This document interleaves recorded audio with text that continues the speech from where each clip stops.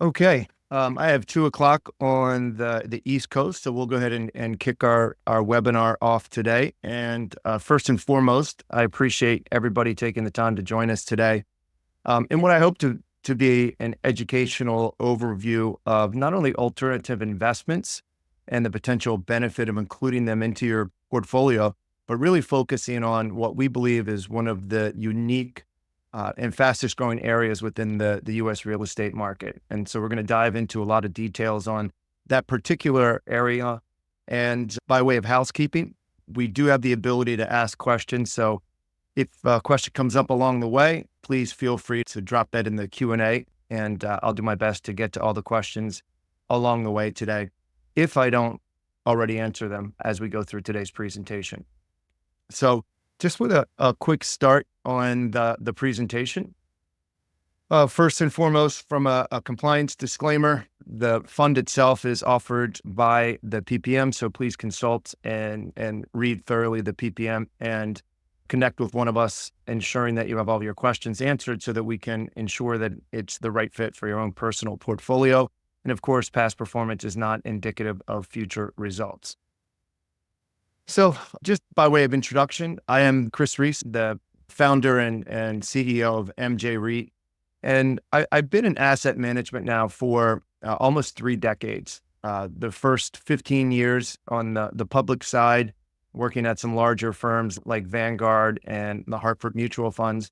And then I realized that while exposure to the public markets is certainly worthwhile for someone's portfolio, what comes along with that is a higher degree of volatility or uncertainty around outcomes. So I transitioned 14 years ago to the private markets. And in the private markets, I've really focused on generating a return stream that tends to be uncorrelated with that of the public markets. I had the opportunity to work at a bunch of great firms along the way. And one in particular, we ended up launching the first private BDC in the market in 2009. And the BDC marketplace was interesting because in those years, and even through to today, you had a disappearance of middle banking in America. And so you had a lack of capital and you had high demand for that capital. And as a result, the BDCs, private credit funds, and shadow banking took off to fill that particular void. And so when I left and started MJ REIT in 2022, I was really focused on finding an area of the U.S. economy that had those similar characteristics, so high growth and lack of capital. And I looked at a number of different industries and kept coming back to cannabis as being one of those industries that had a tremendous amount of growth and a limited amount of capital. And in addition, it also offered one unique characteristic in that there are 0 to limited institutional players in the market today within the space. So I started MJ REIT with the idea really to fill that void of capital and earn a better risk-adjusted return for investors. And we'll get into some of the details on those throughout today's presentation. The objective today, I really have 4 points and areas that I wanted to focus on. First and foremost is the idea of why to consider alternative investments for one's portfolio. Then we'll touch on specifically within the real estate area and how private real estate can help you diversify your portfolio. And then we'll shift and look at a what I'll refer to as a specialty area within the private real estate market. And that is focused on real estate that serves the cannabis industry. And then lastly, we'll touch on how an allocation to MJ REIT may be suitable for your own personal portfolio and how we can fill that potential void. So we'll start with the goal of the investment portfolio. So if you pan out and look at your investment portfolio, it really has what I would refer to as 4 jobs or 4 outcomes for an investor. The first job is really protection against inflation and protecting your current income. So income is an important component of a portfolio. And I always like to say as well, income can't go negative. It certainly can go to 0, but it can't go negative. The second job is we want $1 worth more in the future than just $1 today. So long-term growth is an area that is very important to many investors in their portfolio. Third is the protection of purchasing power. So we've all seen groceries in the marketplace continue to escalate, healthcare costs, gasoline. So we've seen inflation, but how do you protect your portfolio so that you'll be able to meet those higher costs in the future? And the last job that fits in from a diversification standpoint is reducing or hedging out risk within your portfolio. So you take these four jobs and you put them together, and some individual investors have more of a leaning towards long-term growth. Others may tilt their portfolio more focused on income. But at the end of the day, these are the broad categories in which I think an investment portfolio should try to cover. So why should you consider alternative investments for your portfolio? Oftentimes when I have conversations with investors, we start with this notion of what is private versus public. And the vast majority of companies in the United States are private. In fact, if you look at every company in the United States, there's north of 95% of the companies in the United States are private. But if you look at larger, because most of those may be small mom and pop shops, coffee shops that have very marginal revenue. But if you look at companies with revenues greater than $100 million, 86% of those are private versus 14% being public. So said a different way, if you're only investing in the public markets, whether that's stocks or bonds, you're missing 86% of the opportunity in the marketplace. And you can even take that one step further. And if you look at the right-hand side of the screen, towards the bottom, I've broken out the percent of companies that have generated $1 billion or more on an annual basis. Out of that 18% of companies in the marketplace, 11% of those are private versus 7% are public. So again, not only are private companies take the lion's share of the opportunity in the marketplace, but even when you look at those larger companies, they tend to be more private than public. So why should you begin to consider alternative investments for your portfolio? There's really three reasons that I look at and would classify as opportunities when you include alternative investments. The first is this notion of diversification. So alternative investments can provide the opportunity for a lower correlation to the overall market, and they can dampen volatility in one's portfolio. So public markets tend to trade, in some instances, very volatile. They trade on a daily basis, whereas private companies and private markets tend to have less frequent valuations, which also then tend to dampen the volatility, specifically on a day-by-day basis. And then lastly, it is the ability to generate enhanced returns when compared to public companies. So the three reasons: diversification, volatility, and return enhancement. So those are the three basic reasons why I believe one should consider alternative investments for your portfolio. Alternative investments can span a wide range of assets. So we'll just quickly go through a couple of these. Real estate, which we're going to focus on the majority of the call on today. So real estate, hedge funds, private equity, fine art, crypto, venture capital. All of these different alternative investments have a spot or can play a role in diversifying an investor's portfolio. We believe that real estate fits specifically as a good diversifier for a whole host of reasons, which we'll cover throughout today's presentation. There are a number of different opportunities in the marketplace, and sometimes those opportunities can be a little overwhelming. So we want to share today, specific to the real estate side, how you can begin to include real estate as a portion of your portfolio if it's not already in there. Each one of these asset classes come along with different opportunities. If you look at, let's take real estate, which is that first line. Real estate can provide high current income. It can provide long-term growth. It can help protect your purchasing power and comes with tax benefits. But what it doesn't do is it doesn't necessarily reduce or hedge out risk in the portfolio. So there are others, for example, hedge funds that are designed to reduce that risk while still providing long-term growth. So it's important when analyzing or deciding whether to include one or multiple of these in your portfolio that you have a good idea of what the outcome could be and how each one of these has its own unique set of opportunities within the corresponding subsegment. So why would you consider alternative investments? It comes down to a few opportunities. And the first is, one is it's set out to turbocharge your retirement savings. So let's assume that you haven't saved as much. By including alternative investments, you have the opportunity to potentially grow your assets faster. Secondly is retiring sooner and living off of the cash flow. So, for example, real estate and some other alternative investments have the opportunity to pay above market income that you can't generally find in the public markets. They also allow you to maintain your existing lifestyle during retirement. And finally, they add a level of diversification to your portfolio as they don't necessarily move in tandem with the broader public markets. These are the basic four reasons why someone, I believe, should consider alternative investments within their portfolio. But a lot of investors ask a question of, well, I hear you, it sounds good. How do the ultra wealthy tend to allocate? I'm showing a slide here that looks at Tiger 21. Tiger 21 has a minimum of $20 million net worth before you can join, and it's invitation only. But once a quarter, they look at how their members are allocated.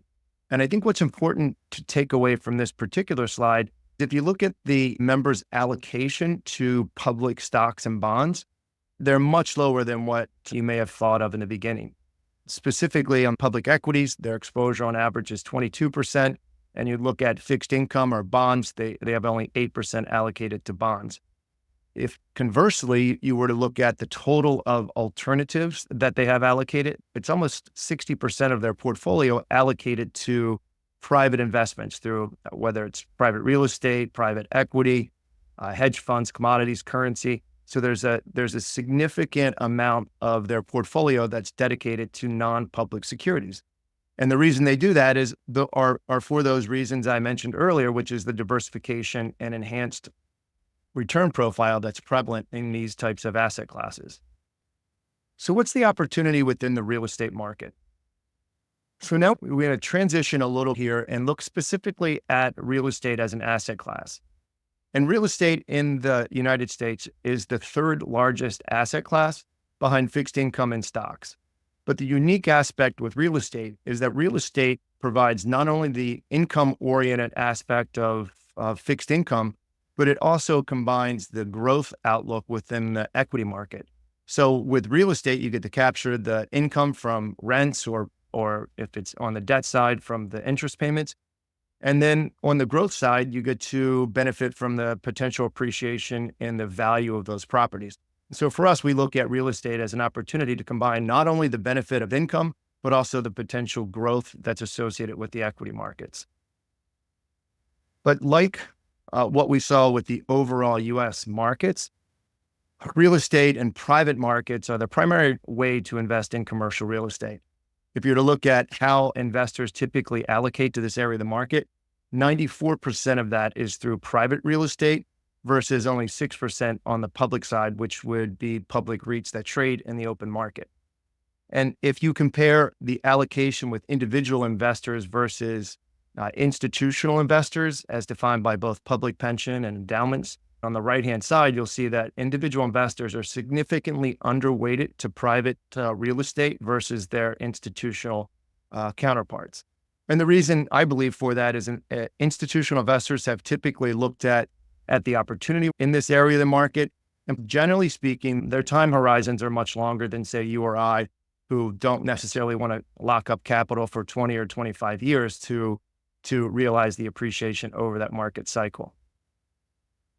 One of the benefits that comes with real estate is the protection against inflation in the market. So the chart I'm showing here shows the operating income in real estate versus the inflation rate in the US. And historically, what you've seen is real estate's operating income has tended to outperform and outpace inflation, thereby providing that additional advantage to investors within this area of the real estate market. Along with the protection against inflation, also comes a consistent income. So if you were to break over the last 20 years and look what number of those years had income with greater than 4%, out of those 20 years, 16 of those years had income annualized at greater than 4%. 4 of those years had income that was between 3 and 4%. And importantly, none of those years had income below 3%. So we've seen a consistent income that's been generated out of the private real estate market over the last 2 decades.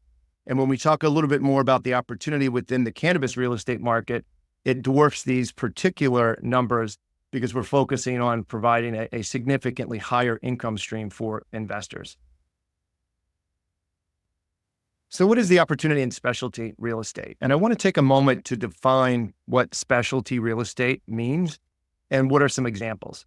So I'll start and where we're going to go with this presentation is we're going to focus on cannabis as an area of the specialty real estate market. But there are also several others that you could consider or lump into this category, whether it's agricultural, historical buildings, medical practices, movie theaters, parking garages.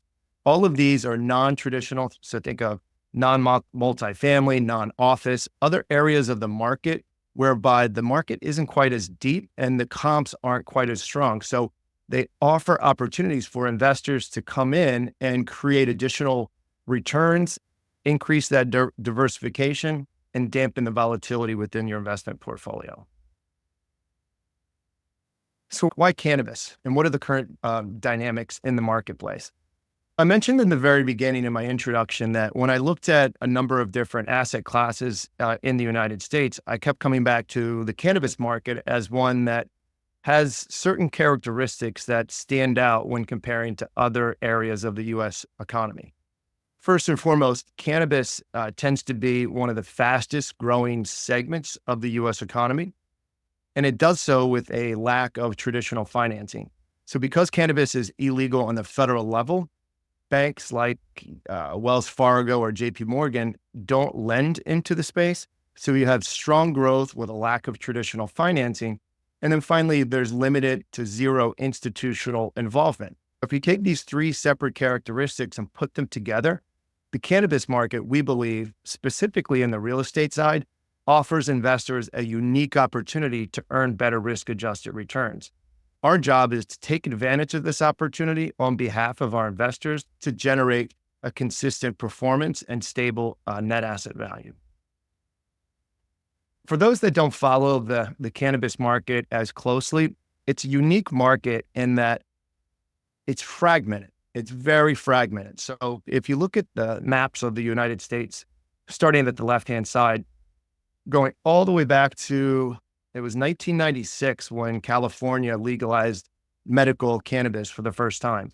And then in 2014, Colorado was the first state to go what we call recreational or adult use. And over those years, the chart in the middle and finally the chart at the right, what you'll see is those states continued to expand, meaning the total addressable market, the opportunity continues to expand over the last few decades. Today, with the recent election, and I'll talk about that in a second, and this one still is up for debate, but technically today there are 39 states, DC, and a few US territories that have cannabis legal on at least a medicinal level.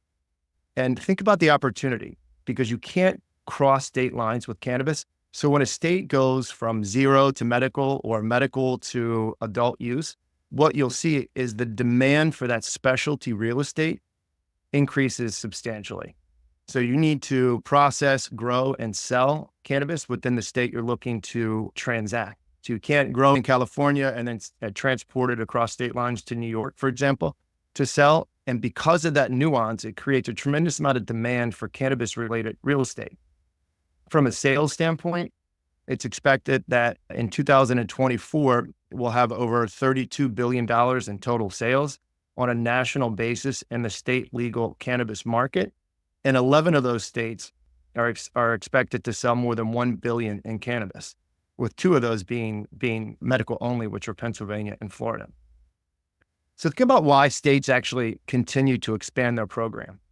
And even if you look at a state like Pennsylvania, where it's just medically legal, 5 of the 6 bordering states have an adult use program, meaning that those citizens of Pennsylvania can, let's say of Philadelphia, can just hop right across the bridge and buy cannabis in New Jersey, for example. And New Jersey is the state that benefits from that sales tax. When you look at the ability for states to raise taxes without actually taxing their broader base, cannabis is a fantastic opportunity for states to legalize and generate more tax revenue to fund social programs, roads, schools, et cetera. So we continue and we expect to see more and more states come online, first going to medical and then finally through adult use.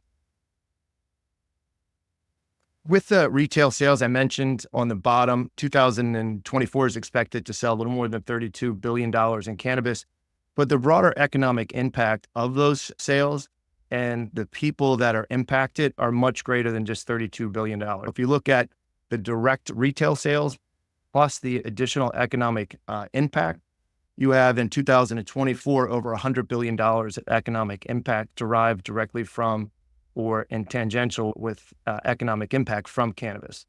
And as we continue to see more states come online, you'll see more and more retail sales increasing and also the economic impact of those sales across the board. And we believe as we continue to go over the coming years and decades, we'll see more and more states come online to be both medical and adult use states. And coming back to this notion of the financing aspect, in the US, we have more than 4,500 banks, and that's across the board. There are two areas that you need to look at when you think about banking. First is the banks that actually accept cannabis deposits and those banks looking to make cannabis loans. Keep in mind that cannabis is still a Schedule I narcotic, which means it's illegal on the federal level. So you have about 563 banks in the United States currently that will accept deposits. But unlike you or I, if we went into a bank and we opened a savings account and put $10,000 in, we generally earn some sort of interest.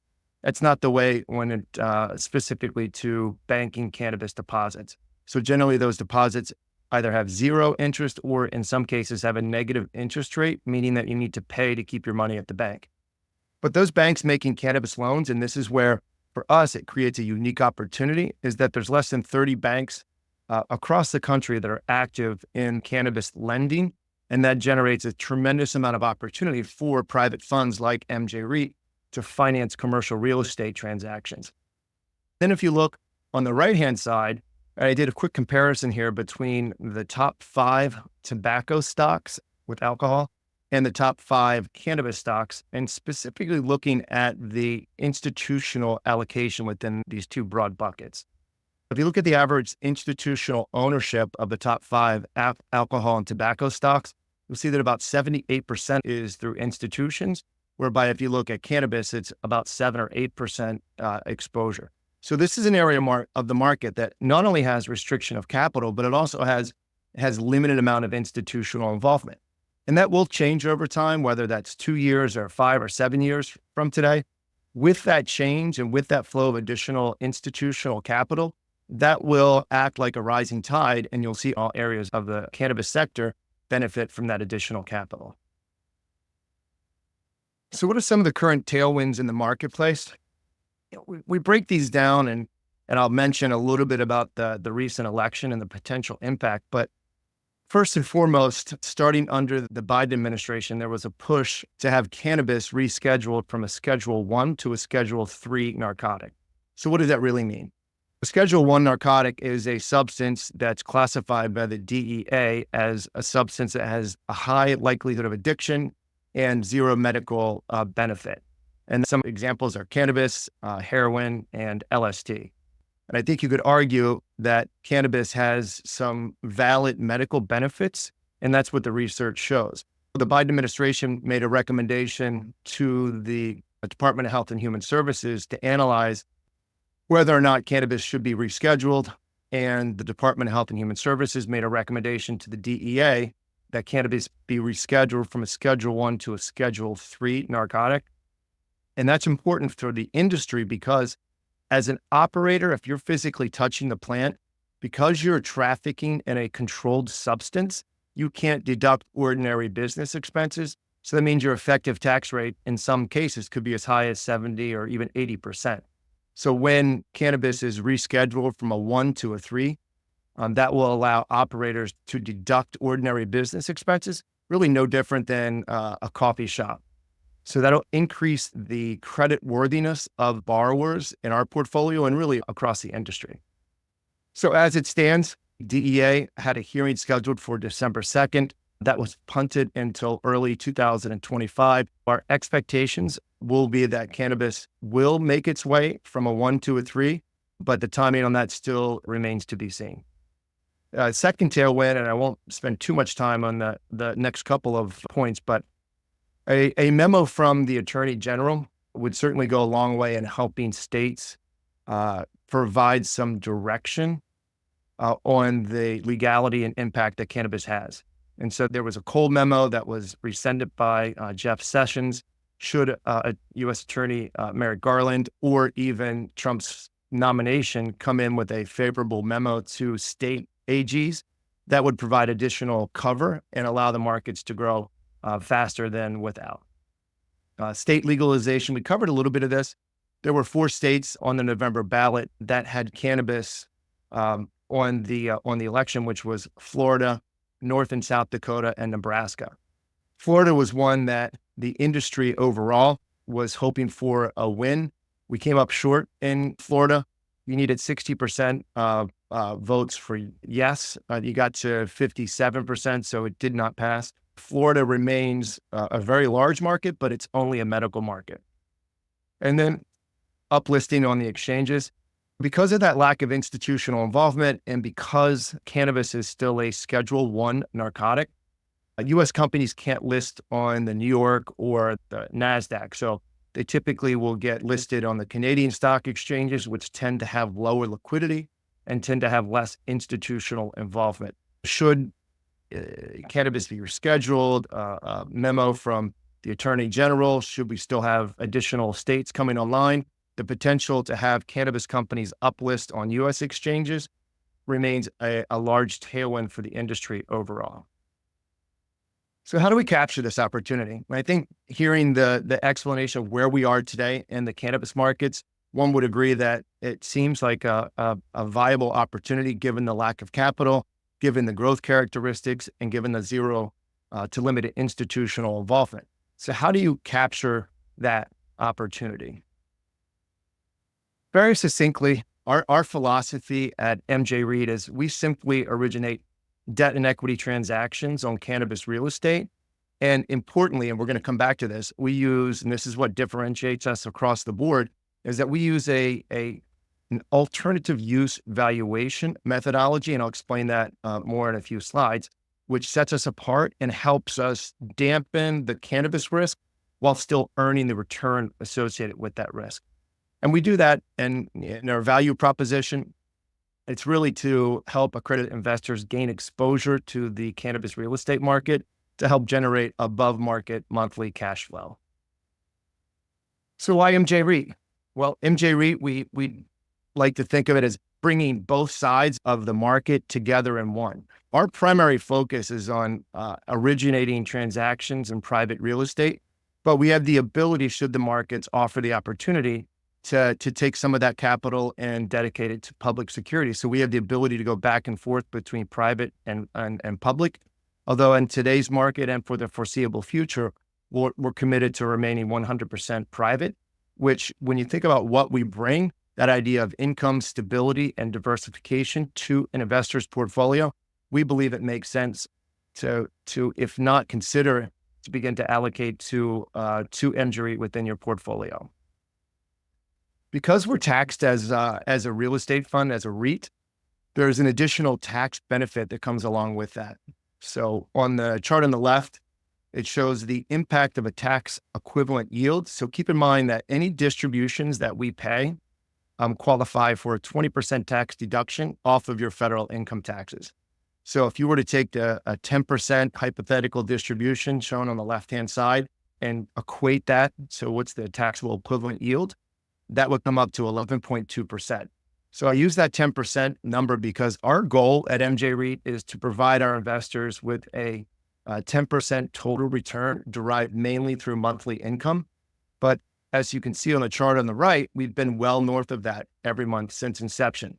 So on the low side, just around 10.2, and on the high side, 16.67. Our investors have had a fantastic, consistent income stream every month since inception. And our first full month was back in September of 2022. So as of the end of October, we finished 26 months of strong performance. and consistent distributions for our investors. If you were to have invested or allocated 100,000 into the fund in August of 22, that would have grown to just over $126,000 today. That equates to roughly an 11.44% annualized return net of fees and expenses. And importantly, there are two additional points I want to bring out here. When we pay our distributions are what's referred to as fully earned, meaning that those distributions that we pay are derived from the interest off of the loans that we make, and it's not a return of capital. Secondly, we have zero leverage in the fund, so that helps mitigate the risk in the portfolio because we don't take undue or unnecessary risk because we're able to generate above market income without going down the path of including leverage in the portfolio. I want to spend just a couple of minutes here describing how the interaction with our partners on Rainbow Realty Group and MJ REIT work. So MJ REIT is the fund overall, and that's what you would invest in. The diligence of the deals are outsourced to a group called Rainbow Realty Group that are the best at what they do within the industry. They've been around for over 63 years investing in thematic real estate. And Rainbow is the cannabis arm of their portfolio. So we partnered with Rainbow Realty Group to find, source, and originate those transactions. And we rely on the broad-based 70 plus people that they have at their organization for legal, accounting, billing, property management, et cetera. So it's a broad organization, and we're benefiting, and our investors are benefiting from the relationship that we've created with Rainbow to find and source those transactions. And importantly, when you look at a risk in the fund, and because we're mainly debt managers, we focus intently on minimizing the risk to our investors. And one of those risks is allowing an investment into the portfolio that shouldn't have actually made it into the portfolio. And we mitigate that risk by we've assembled a team of over 200 years of experience, all in real estate, legal, accounting, and finance, with a centric focus on real estate. Some of these individuals have been in the real estate market for 5+ decades. All of these individuals have spent their entire career. And what that means for us is a deal doesn't get into MJ REIT unless it goes through and passes this 7-member investment committee. That helps mitigate that potential risk of putting a portfolio holding in there that shouldn't actually be in the portfolio. And given the high growth, given the lack of capital to fund that growth, we can be very selective in the deals that we finance. By our estimation, there are 40 times the amount of deals in the market versus capital to fund those deals. So we can be extremely picky and choosy with the deals that we actually fund. So for every 100 deals we look at, we're funding 1 to 2 of those deals. So we can, and we have the opportunity, and we see all of the transactions in the marketplace, and we're able to be selective and fund those underlying deals so that it mitigates the risk. And in addition with that, not only lending at attractive rates, but there's an opportunity for us to include some sort of additional enhancement in return for our investors. And maybe that's including penny warrants in the operator at time of origination. Maybe that's a profits interest negotiated when the property should sell. So there are ways that we can enhance not only the attractive income, but the future potential growth of the portfolio to the benefit of our investors. And how do we find these deals? We have a vast network of brokers, lenders, just the general brand in the marketplace. We market, we hit conferences. So once we find a deal, we have a meticulous process that a deal needs to go through before it actually gets into the portfolio. And as I showed on the prior screen, for every 100 deals that start in this process, you have 1 or 2 of those deals that actually make it into the portfolio. So the key takeaway here is the selective and vast process that a deal needs to make it before it gets into the portfolio. A second risk, because I want to be very clear here on the risks associated with investing. So first is we put the wrong deal. Well, how do we mitigate that? Well, we have a 7-member investment committee that has over 200 years of real estate experience. The second critical risk is that we overvalue a property that we're lending to. In the real estate market, there's something called loan to value. The V is the most critical component for us. So let's say that you and I get together, we buy a building for $2 million. We're going to grow cannabis in that property. Well, we need to, through improvements, install HVAC, irrigation, lighting, high-tech security. So let's say we put $6 million of improvements. So now in our mind, that building is worth $8 million. That's the $2 million purchase price plus the $6 million of improvements. And there were some firms in the marketplace that would come close to a valuation of $8 million when they underwrote a loan to that particular property. But, and this is critical, in every deal we originate, we assume cannabis goes away and we need to either lease or sell that building to a non-cannabis tenant. And we would look at this transaction and say, well, maybe we would go 2 or maybe 2.25 million on the valuation. And then we would lend 70 or 75% LTV on that lower valuation. So what that does, and this is critical, what that does is it mitigates the risk that our V and the LTV is too high.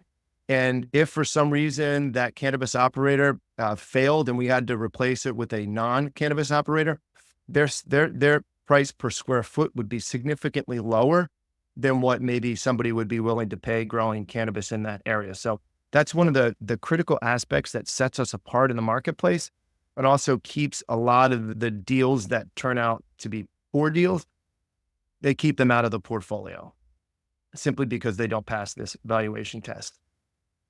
Now that you understand how the deals get into the portfolio, there are really 4 ways that our deals are paid off. A couple of these are more prominent than others, but the first way that our deal is paid off, and as a side note, we originate debt. Generally speaking, it's a senior mortgage between 2 to 4 years in maturity. So these are short-term senior mortgages, not 15 or 20-year pieces of paper. So generally we're paid off when the borrower actually just sells that property to somebody else. And upon the sale, our loan is repaid. Second is that after, let's say, 2 or 3 years, there's longer operating history. The company is doing better. There's more free cash flow. They go to another lender, and instead of paying 15% on their debt, they take us out with a cheaper cost of capital and refinance our loan. Third way is the borrower is doing really well, has more free cash flow, and ultimately pays us off through revenues of the business. And then the final is, let's say that the company raises equity capital, and part of that equity raise pays off the outstanding debt within the portfolio. So those are the 4 general ways that our loans are repaid. And today in the market, we have an enormous pipeline of deals that are finding their way through. It's critical to understand that, yes, it's great if we raise a bunch of money, but if we can't invest that, that's a real problem for our investors and for the portfolio as a whole. So our partners at Rainbow have an enormous pipeline of over $100 million in deals that we're actually going through diligence today. And it's episodic. Some of those deals will close. Some of those deals simply just won't make it to the end. But the point is that we have a very large and robust funnel capturing many, many deals within there. Ultimately, some of those deals will close, and then some of those deals simply just won't make it. And then from a performance standpoint, what I've shown here, two things that kind of stand out to me when I look at this slide. We've shown on the top the consistency of the returns, and these are total returns on a monthly basis on the top of the screen. And you'll see a few of those bars that kind of stand out at abnormally high in July of 23, March of 24, May of 24, and then again in October. And those are times where we had instances in the portfolio where there was more income due to some sort of profits interest or some sort of transaction that allowed the fund to generate more income. And because we're a REIT, we're required to pass that income along to our investors. And so our investors enjoyed a few months where the returns were on an annualized basis north of 15 or even 16%. All the while, the portfolio has maintained a steady net asset value. So we started in September of 22 at $25 a share. Today, we're at $25.16 per share. So it's been a steady, even net asset value. So the dual goal of above market income and stability. We've met every month since inception. And from the C-suite individuals that are involved in the day-to-day basis, it's myself, founder and CEO of MJ REIT, my partner, our Chief Revenue Officer, Gilbert Dobson, and then from our sub-manager, Kyle Schenfeld, Matt Gold, and Ben Balanas. All these individuals have tremendous amount of experience, not only in managing portfolios, but also specifically within real estate transactions. And so this is the team that is out every day working tirelessly on the portfolio to not only find those deals, but ensure that we have all of the compliance and accounting aspects accounted for. At this stage, if we had to take a step back and really say what makes us unique in the marketplace, I think you can boil it down really to three items. And the first one is, as I've mentioned and kind of weaved into today's presentation, cannabis is a unique area of the U.S. economy. And it's not an area that you get into lightly because they're nuanced with every underlying state having their own rules and regulations. Which makes us unique is that all we do is cannabis real estate. 100% of our focus is on financing commercial real estate within the cannabis sector. So we have deep experience in this particular area, and we've done this before. So today in the portfolio, it actually should be 25 because we just sold one property. So we have 25 properties across 5 states. We're in California, Colorado, Ohio, Michigan, and New York. And we have several additional states that are currently going through the deal pipeline. So that number I would expect to increase over the coming months. And that every deal is vetted by that 7-member, 200+ year investment committee. And then finally, the third part that makes us unique is we dislike downside risk. Plain and simple. We don't want to lose your money, and we've invested heavily in the fund as well, and we don't want to lose our own money. So by focusing on that V and the LTV using the alternative valuation method, we believe gives us an edge and allows us to dampen the volatility and ultimately reduce risk in the portfolio. So we're 100% focused on cannabis real estate. We've done this before. And lastly, the risk mitigation factor within the fund. One of the deals I'll quickly highlight on here, and we'll send around this presentation and webinar for everybody that was on it today, was one of the first deals that we did in the portfolio out in Sacramento. It was a grow house. This is a company that in 2024 will have 80+ million in sales. It's a 3-year interest-only loan, so this will come to mature in August of 2025. So we have about a year, a little less than a year left in this particular loan, and the interest rate is at 13.25. That's a fixed interest rate. Rates were also, I would note, lower in 2022. In the market today, we've been putting money to work at anywhere between 14 to 17%. So over time, as we deploy capital at higher rates, I would expect the distribution on an annualized basis to continue to creep up. So our target is at 10%. We've been as high, as I mentioned, to 16.67, but more consistently, I'd like to see that right around that 11+% on an annualized basis. And it's deals like this and redeploying into some higher income earning deals that will allow us to achieve those goals. So why do investors typically allocate to us? It's one of or a combination of 4 broad reasons. One is because of the annualized double-digit passive income that we've been able to distribute to our investors every month since inception. Secondly, it's the ability to diversify their investment portfolio. So when you think of how this fits into your investment portfolio, it's really as a diversifier within your real estate bucket or as a fixed income alternative. If you look at where the bond markets are today, and you're unhappy with a 4.5% yield on the treasury and the treasury market, we're offering a distribution that's much higher than that 4.5%. Third is to escape the public market volatility. And this is one that we've talked about already, but if you look at the volatility within the public markets, it can be extreme at times. And even if you build a diversified portfolio and use only public markets, and we saw this during times of market stress, those correlations tend to go to 1, and the diversification that you had tends not to actually be in the portfolio. So investors tend to look to MJ REIT to escape that public market volatility. And lastly is the tax benefits. So going back to that 20% tax deduction off of your federal income taxes, but also keep in mind, we are available in qualified and non-qualified accounts. So if you have a self-directed IRA, MJ REIT is also a viable option within that part of your portfolio. Quickly on our board, I chair the board of directors along with my partner, Matt Gould from Rainbow. And then we have 3 other very qualified, seasoned individuals that have been in the finance space their entire careers. I will say that it is an independent board of directors, whereby we nominated one person, our partner nominated another, and then the third was a combination of those two. So we are an independent board of directors, all importantly with their entire career spent within the financial services space. So what would be the next steps? Well, we covered a lot of ground today. I hopefully everyone found the presentation insightful, not only from a private market standpoint, but also just a general overview in cannabis and how investors are taking advantage of this opportunity that won't be around forever.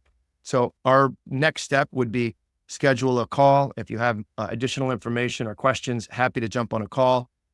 Most importantly, review the offering materials, understand the risks and benefits associated with not only this, but every transaction in the marketplace, complete the sub docs, and then finally wire the funds and enjoy the aspect of passive income earning. And then one more slide, and I know that there was one question that came up, and we do have the ability.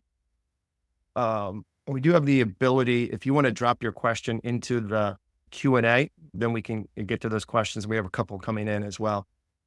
Very quickly on the summary and the terms, the minimum investment is at $25,000. Our management fee is 1.5 and 15. That's subject to a 7% preferred return for our investors. We do offer monthly purchases, monthly redemptions.